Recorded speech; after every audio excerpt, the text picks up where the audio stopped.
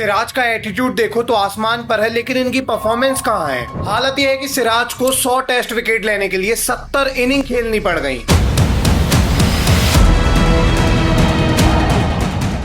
अभी लोगों को कहना है कि सिराज टेस्ट टीम में फिट होते भी हैं या फिर नहीं। कई मैच तो ऐसे हुए जहां पे सिराज को पूरे मैच के अंदर एक विकेट तक नहीं मिला। लेकिन वो एशिया कप एक ऐसा एशिया कप था जहां पे सिराज ने वर्ल्ड रिकॉर्ड तोड़ दिए। देखिए, कहानी की शुरुआत 26 दिसंबर 2020 को होती है, जब मोहम्मद सिराज का टेस्ट के अंदर डेब्यू हो रहा था। अब सिराज का इससे पहले ओडीआई डेब्यू हो चुका था और टी20 डेब्यू इसके 3 साल पहले ही हो चुका था। बट यहाँ पे कोई एक्सेप्शनल परफॉर्मेंस दिखा नहीं पाए थे, इसलिए सबको उम्मीद थी कि शायद टेस्ट में कुछ कमाल कर दें। सब लोग चाहते थे कि सिराज टेस्ट में कुछ कमाल का करके निकले, ताकि टेस्ट के आने वाले टाइम में फ्यूचर बॉलर बने। और पहला मैच जब इनका होता है तो ये मैच इंडिया का ऑस्ट्रेलिया के साथ था, वो भी मेलबर्न के ग्राउंड में। पहले यहाँ होता क्या है कि इस मैच में पहले बैटिंग ऑस्ट्रेलिया करने आती है और ऑस्ट्रेलिया 195 में ऑल आउट हो जाती है, जिसमें सिराज ने 2 विकेट निकाले थे। बाद में जब ऑस्ट्रेलिया सेकेंड इनिंग में बैटिंग करने आती है तो सिराज अगेन 3 विकेट लेके जाते हैं और ऑस्ट्रेलिया फिर से ऑल आउट हो जाती है 200 में। ओवरऑल ये मैच इंडिया काफी आसानी से जीत जाती है और सिराज ने इस मैच के अंदर 5 विकेट निकाले। अब जब ये 5 विकेट लेके जाते हैं तो सबको लगने लग जाता है कि शायद आने वाले टाइम में टेस्ट के बड़े खिलाड़ी बन सकते हैं,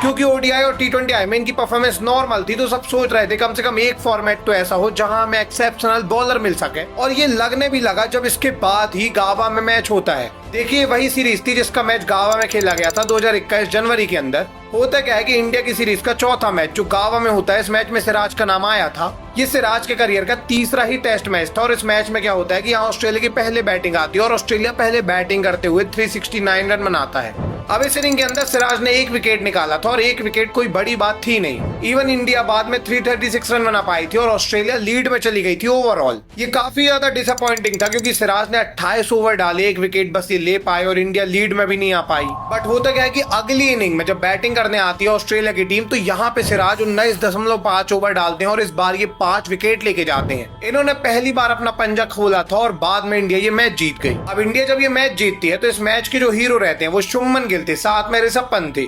इवन ऋषभ पंत की इनिंग इतनी ज्यादा इंपॉर्टेंट थी कि शुभमन गिल की इनिंग भी लोगों को याद नहीं है। ऐसे में लोगों को सिराज की बॉलिंग कहां से याद रहती। सिराज ने इस मैच के अंदर 6 विकेट निकाले थे और सबसे इंपॉर्टेंटली सेकेंड इनिंग में इन्होंने 5 विकेट लिए थे। बट किसी को वो परफॉर्मेंस याद नहीं थी, लेकिन सबको यहां से समझ में आ गया था कि हो सकता है सिराज टेस्ट के बहुत अच्छे खिलाड़ी बन जाए इन फ्यूचर। इस सीरीज में जो डेब्यू सीरीज थी सिराज की, यहाँ पे 3 मैच में सिराज 13 विकेट लेके गए थे। ये इंडिया के हाईएस्ट विकेट टेकर थे और यहाँ से सबको काफी उम्मीद बढ़ गई थी। एंड 2021 की स्टार्टिंग में ही जब इनकी ऐसी परफॉर्मेंस आती है तो पूरे 2021 में लगातार मैचेस खेलते हैं। टोटल 2021 में इन्हें 10 टेस्ट मैच खेलने को मिलते हैं, मतलब 19 इनिंग में ये बॉलिंग करते हैं। बट 19 इनिंग में ये विकेट सिर्फ 31 ले पाते हैं। अब 31 विकेट कोई खराब नहीं थे, लेकिन ये कोई एक्सेप्शनल भी नहीं थे, ठीक ठाक परफॉर्मेंस थी। और इसके बाद जब 2022 आया तो 2022 में क्या हुआ कि 4 मैच में 11 विकेट बस ले पाए। मतलब 8 इनिंग में इनके जो विकेट थे सिर्फ 11 थे, मतलब इनकी परफॉर्मेंस नीचे आई थी। और 2022 में ही इंडिया इंग्लैंड का बिर्मिंघम के अंदर एक मैच हो रहा था, जहां पे इंडिया पहले बैटिंग करने आती है, 416 रन बनाती है। एंड बाद में जब इंग्लैंड की बैटिंग आती है तो सिराज यहाँ 4 विकेट लेके जाते हैं और इंग्लैंड को रोक देते हैं 284 में।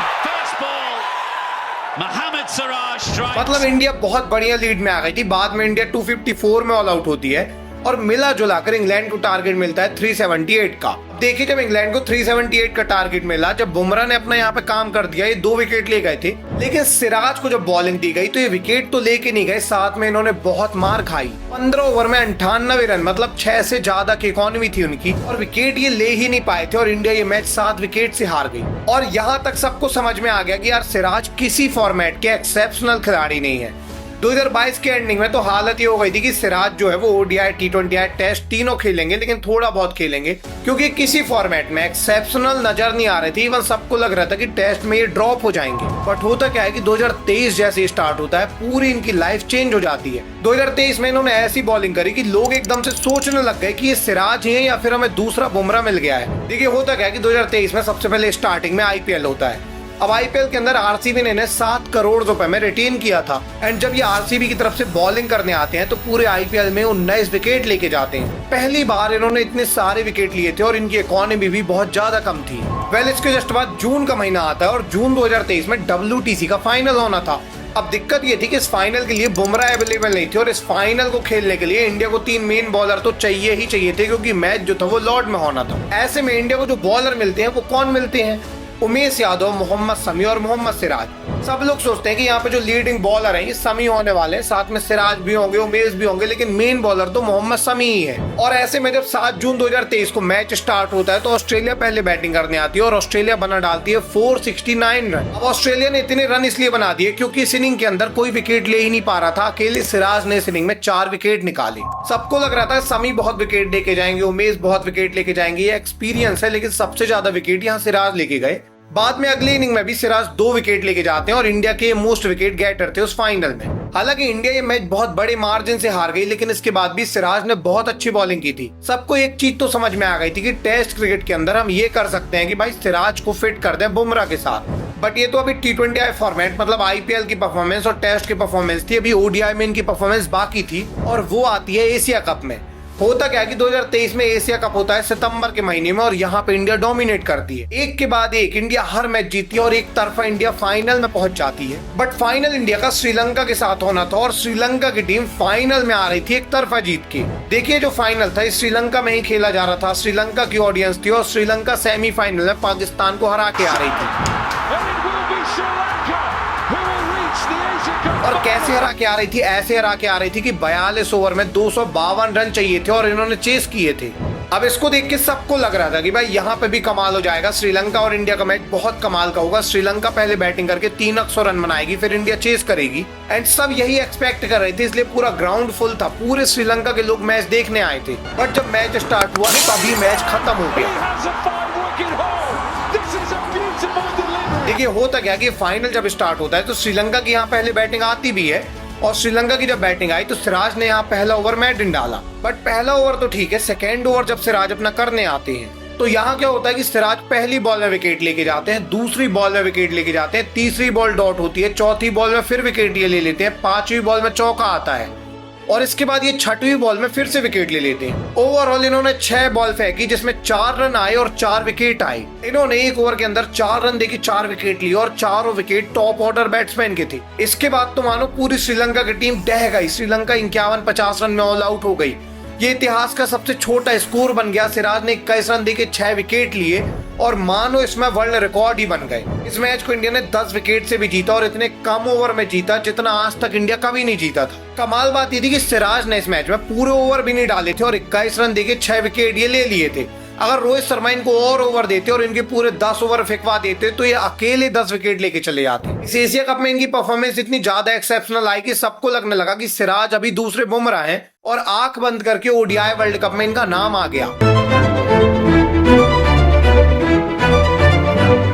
आप सोचिए ODI वर्ल्ड कप इंडिया का इतना बड़ा ड्रीम और वहां पे सिराज का नाम बहुत इजीली आ गया। इवन हालत तो ये थी कि वर्ल्ड कप के पहले 4 मैच में जब कॉम्बिनेशन नहीं बन पा रहा था तो बाहर बैठालना पड़ा था एक बॉलर को। तो इंडियन मैनेजमेंट ने किसको बाहर बिठाला? मोहम्मद शमी को, ना कि मोहम्मद सिराज को। आप सोचिए शमी को इन्होंने बाहर बिठाला क्योंकि सबको लग रहा था कि सिराज शमी से बहुत अच्छे हैं। सिराज की एशिया कप की परफॉर्मेंस के बाद सबका दिमाग हिल गया था, सबको क्लियर हो गया था कि सिराज को तो रखना ही पड़ेगा। बट यहाँ पे क्या होता है कि पूरे वर्ल्ड कप में सिराज अच्छा परफॉर्म कर नहीं पाते। वर्ल्ड कप के अंदर सिराज ने अगेंस्ट श्रीलंका के खिलाफ ही विकेट निकाले, बाकी ये परफॉर्मेंस दे ही नहीं पाई। ऐसा लगा मानो ये खेल ही नहीं रहे हैं। पूरे वर्ल्ड कप में सिराज ने 11 मैच में 14 विकेट निकाले। इनका जो एवरेज था 33.50 का था। इवन सेमीफाइनल मैच में जहां पे मोहम्मद शमी ने 7 विकेट निकाले थे, जहां पे बुमराह ने कमाल की बॉलिंग की थी, उस सेमीफाइनल मैच में सिराज को 9 ओवर में 78 रन पड़े थे। फाइनल मैच में जहां इंडिया को सबसे ज्यादा जरूरत थी अपने बॉलर्स की, वहां पे भी मोहम्मद शमी ने 1 विकेट, जसप्रीत बुमराह ने 2 विकेट निकाल लिए थे, लेकिन वहां पे सिराज को विकेट ही नहीं मिलता। वो विकेट लेते हैं ट्रेविस हेड को और ऐसे समय में लेते हैं जब मैच ऑलरेडी खत्म हो चुका था। बाद में जब लोग देखते हैं तो कहते हैं कि सिराज ने तो वर्ल्ड कप में अच्छा परफॉर्म किया ही नहीं। वो तो बुमराह ने और शमी ने इतना ज्यादा एक्सेप्शनल परफॉर्मेंस दिखा दी कि सिराज के ऊपर किसी का ध्यान नहीं गया। लेकिन एक्चुअली में सिराज की परफॉर्मेंस काफी ज्यादा डिक्लाइन गई थी। आधे 2023 में जहां इनका राइज हुआ था तीनों फॉर्मेट के अंदर, वहीं 2023 के एंडिंग में इनका डिक्लाइन होने लगा था ODI फॉर्मेट में। हालांकि पूरे 2023 के अंदर सिराज की परफॉर्मेंस ठीक ठाक थी। 2 टेस्ट मैच में इन्होंने 11 विकेट लिए थे, 4 इनिंग इन्होंने जहां खेली थी। 11 ODI मैच इन्होंने खेले थे, 14 विकेट लिए थे और T20I मैच इन्होंने 1 ही खेला था जहां ये 1 विकेट लेके चले गए थे। मतलब ओवरऑल इनकी जो परफॉर्मेंस थी वो डिसेंट थी।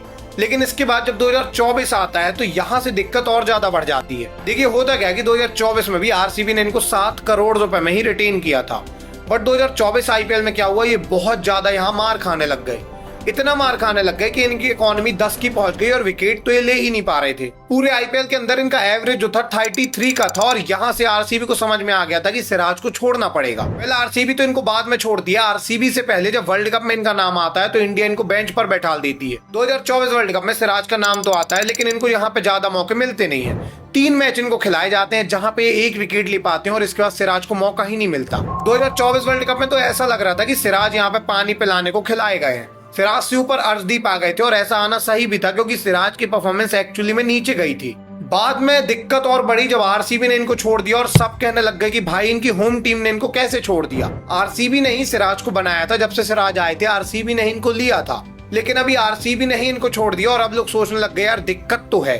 एंड इसके बाद जब 2024 के एंड में बीजीटी आई तो यहाँ पे कोई बॉलर था नहीं इंडियन टीम के पास, इसलिए सिराज को इनको लाना पड़ा। और सिराज जब यहाँ आते हैं तो यहाँ ये अच्छा परफॉर्म करते हैं, 5 मैच के अंदर ये 20 विकेट भी लेके जाते हैं। एंड मोटा मोटा आप कह सकते हैं कि 2024 के एंड तक सबको क्लियर हो गया था कि सिराज जो है वो T20 आई के ठीक ठाक खिलाड़ी है। मतलब टीम में इनकी जगह बन जाए तो भी ठीक है, ना बने तो भी ठीक है, क्योंकि यहाँ ये ठीक ठाक है। टेस्ट में इनकी परफॉर्मेंस थोड़ी अच्छी है, लेकिन बहुत अच्छी नहीं है। ये एक्सेप्शनल खिलाड़ी नहीं है, लेकिन अच्छी परफॉर्मेंस है, बुमराह के साथ ही खेल सकते हैं। लेकिन ओडीआई में बहुत एक्सेप्शनल खिलाड़ी है, 24 का इनका एवरेज है और लगातार ये विकेट लेते जा रहे हैं। भले ही ओडीआई वर्ल्ड कप में 14 विकेट ले पाए, लेकिन उसको छोड़ दिया जाए तो बाकी इनकी परफॉर्मेंस बहुत अच्छी थी। लोगों को 2024 के एंडिंग में बिल्कुल क्लियर था कि सिराज जो है वो ओडीआई फॉर्मेट में एक्सेप्शनल है, टेस्ट और T20 आई में ठीक ठाक है। बट होता क्या है कि 2025 की स्टार्टिंग में होती है चैंपियन ट्रॉफी और यहाँ पे सिराज का नाम ही नहीं आता। सिराज जिनको T20 आई और टेस्ट का ठीक ठाक खिलाड़ी बोला जा रहा था, ओडीआई का ये एक्सेप्शनल खिलाड़ी बन गए थे, उनका नाम ओडीआई फॉर्मेट में ही नहीं आया।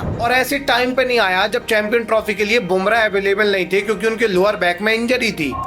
समी अभी इंजरी से रिटर्न आए थे, क्योंकि इंजरी उनको वर्ल्ड कप के एंड में हो गई थी और वो रिटर्न आ रहे थे 1 साल बाद। ऐसे में मोहम्मद सिराज का सिलेक्शन नहीं हुआ चैंपियन ट्रॉफी में और सब लोग दंग रह गए। साथ में शॉकिंग चीज ये थी कि बुमराह का रिप्लेसमेंट भी आया तो हर्षित राणा को लाया गया, यहाँ पे भी सिराज को नहीं लाया गया। मतलब क्या चल रहा था किसी को समझ में नहीं आ रहा था। सब बीसीसीआई को कहने लग गए भैया सिराज तो ओडीआई के ही खिलाड़ी हैं, आप उनको ओडीआई में ही नहीं ला रहे।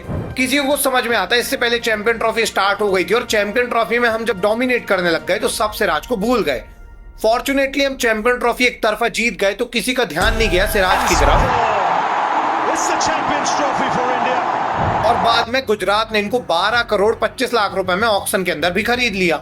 मतलब आरसीबी तो इनको 7 करोड़ ही दे रही थी, जब ये ऑक्शन में आए तो वहां ये 12 करोड़ 25 लाख में बिके। और आईपीएल के अंदर इन्होंने अच्छा परफॉर्म भी किया। 2025 में लगातार विकेट लेके जाते हैं। और बाद में जब इंडिया और इंग्लैंड की अभी टेस्ट सीरीज स्टार्ट होती है तो इनकी वापसी होती है बुमराह के साथ। अब देखिए सिराज की जब इंडिया और इंग्लैंड की सीरीज में वापसी हुई तो यहाँ पे भी पहले मैच में सिराज चलते ही नहीं है। जहां पे बुमराह अकेले डोमिनेट कर रहे थे वहां सिराज विकेट ही नहीं ले पा रहे थे। सेकंड मैच में जब बुमराह नहीं थे वहां पे सिराज 5 लेके चले गए।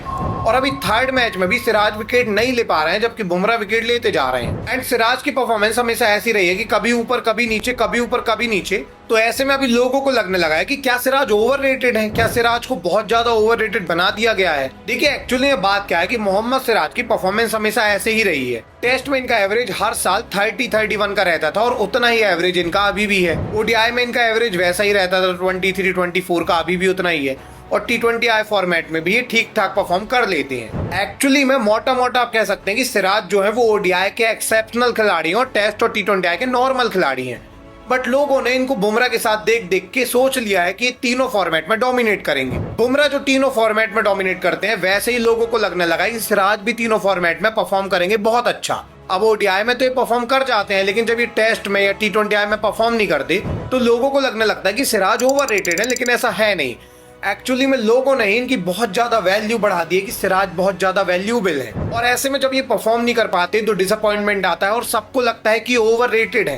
बट एक्चुअली में ये बिल्कुल ही ओवररेटेड नहीं है, वैसा ही परफॉर्म करते हैं हमेशा से और इनकी परफॉर्मेंस ऐसी ही रहती है। इनको हमेशा से माना गया है कि बुमराह के साथ ही है, बुमराह का साथ देने के लिए ही है तीनों फॉर्मेट के अंदर, और वो ये हमेशा करते हैं काफी अच्छे तरीके से। आज जो सिराज के ऊपर काफी क्रिटिसिज्म आता है कि फिट भी होते हैं टेस्ट टीम में या फिर नहीं होते हैं, वो इसलिए आता है क्योंकि लोग उन्हें बुमराह से कंपेयर करने लगते हैं।